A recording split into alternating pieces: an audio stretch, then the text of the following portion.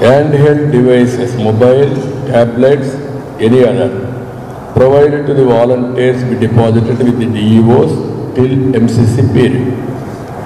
The government of Andhra Pradesh may be asked to make alternative arrangement for distribution of benefits of ongoing schemes to already selected beneficiaries using DBT, electronic transfer preferably, or through regular government employees. What it means?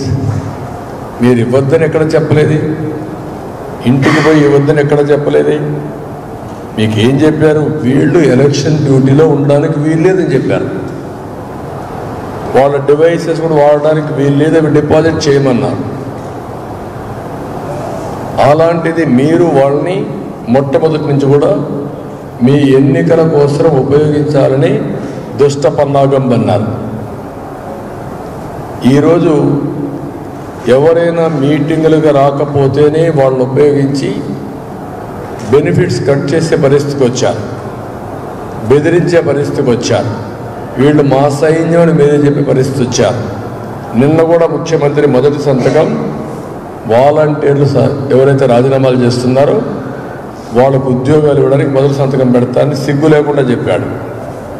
మేమేం అడిగాం?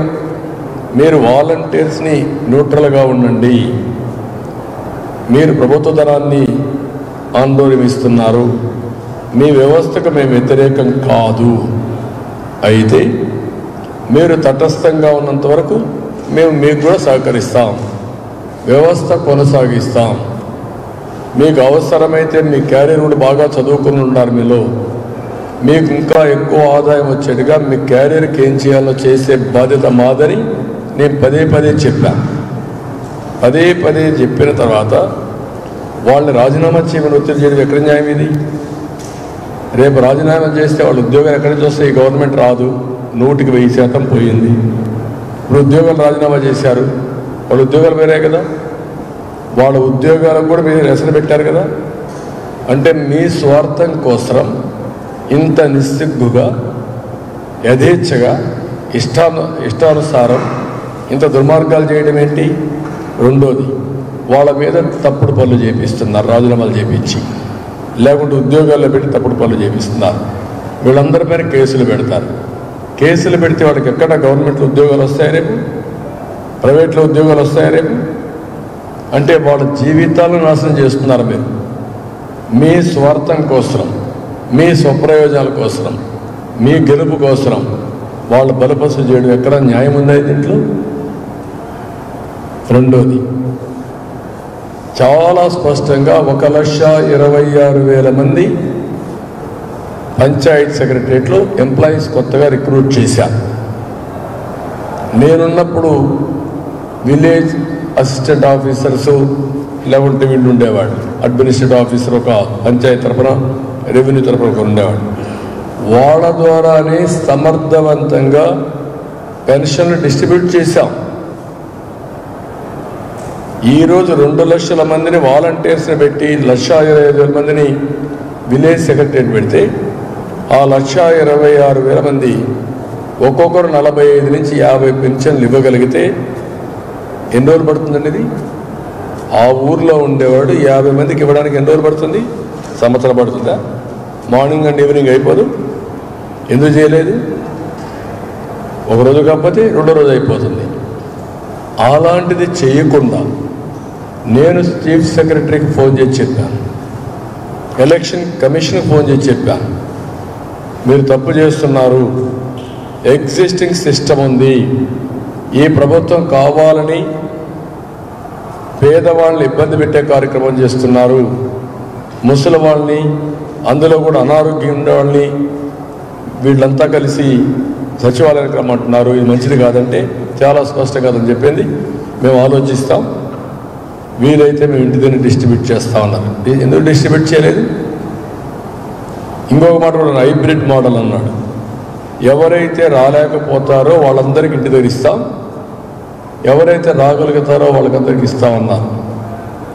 Second మీకు డబ్బులు ఉన్నాయా? First మీ దగ్గర డబ్బులు ఉన్నాయా? ఎందుకు ఇవ్వలేదు? 3వ తారీఖు ఎందుకు ఇచ్చారు? 3వ తారీఖు వెళ్ళారు, డబ్బులు ఇచ్చారా? ఎందుకు ఇవ్వలేదు డబ్బులు అంటే ఎప్పుడు ఇచ్చారు? 3వ తారీఖు ఈవినింగ్ డబ్బులు వేశారు. 3వ తారీఖు ఈవినింగ్ ఇస్తే నిన్న ఈవినింగ్కి 86% తీసుకున్నారు. ముందు 2 రోజులు ఏం చేశారు? రమ్మనడం, వెళ్ళడం, మంచాల్లో తీసుకురావడం, పేషెంట్ని వీల్ చైర్లో తీసుకురావడం. ఇది రాజకీయ విన్యాసాలు కాకపోతే ఏంటి? వాళ్ళు బాధపడితే చూసి పైశాచిక ఆనందం పొందడం కాదంటే ఏంటిది? అంటే ఈ ముఖ్యమంత్రి ఒక సైకో. ఆ నేచర్ ఉండేవాడు ఎవడిని కష్టపడినా, ఎవరు చనిపోయినా వీళ్ళకి లెక్కలేదు. వాళ్ళు చనిపోతే వీళ్ళు ఆనందపడతారు. అలాంటి దుర్మార్గమైన కార్యక్రమం చేసి ఇప్పుడు సిగ్గు ఎగ్గు లేకుండా ఆ వాలంటీర్స్ దగ్గర తప్పుడు ప్రచారం చేపిస్తూ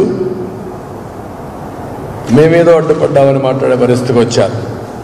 మేము ఆ రోజు ఈరోజు చాలా స్పష్టంగా ఉన్నాం. వాలంటీర్స్ అనేవాళ్ళు రాజకీయంలో ఇన్వాల్వ్ కావడానికి వీలు లేదు. ఇలాంటి అన్ని తీస్తే అన్ని తీసే పరిస్థితికి వచ్చారు. ఏదేమైనా మళ్ళీ మంచి రోజులు వస్తాయి. ప్రతి ఒక్క పెద్దవాళ్ళకి అందరికీ అవ్వాతాతకి, అక్క చెల్లికి, లేకపోతే తండ్రికి, పెద్దలందరికీ విజ్ఞప్తి చేస్తున్నా, మీ ఇంటికి పెద్ద కొడుకుగా ఉంటానని చెప్పా. మళ్ళీ హామీ ఇస్తున్నా, పెద్ద కొడుకుగా ఉంటా.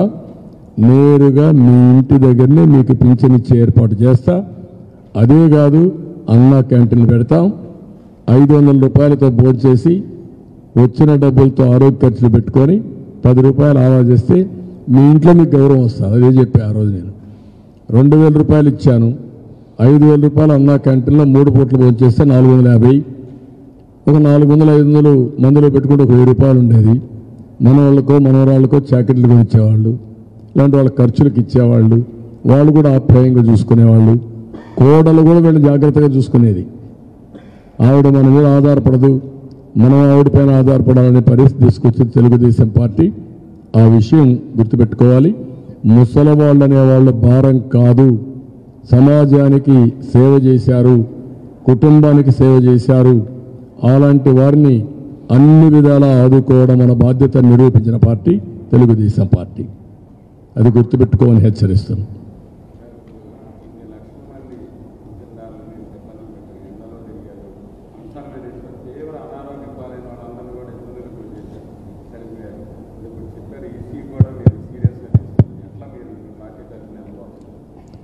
ఈసీకి చెప్తాం, ప్రజల్లోకి తీసుకెళ్తాం, లబ్ధిదారులు కూడా చెప్తాం. తప్పకుండా డెస్టినీ ఒకటి ఉంటుంది, మీరు గుర్తుపెట్టుకోవాలి. ఇలాంటి సైకోలు తాత్కాలికంగా చాలా ఆనందపడతారు, కానీ ఫైనల్గా మాత్రం ధర్మమే గెలుస్తుంది, న్యాయమే గెలుస్తుంది.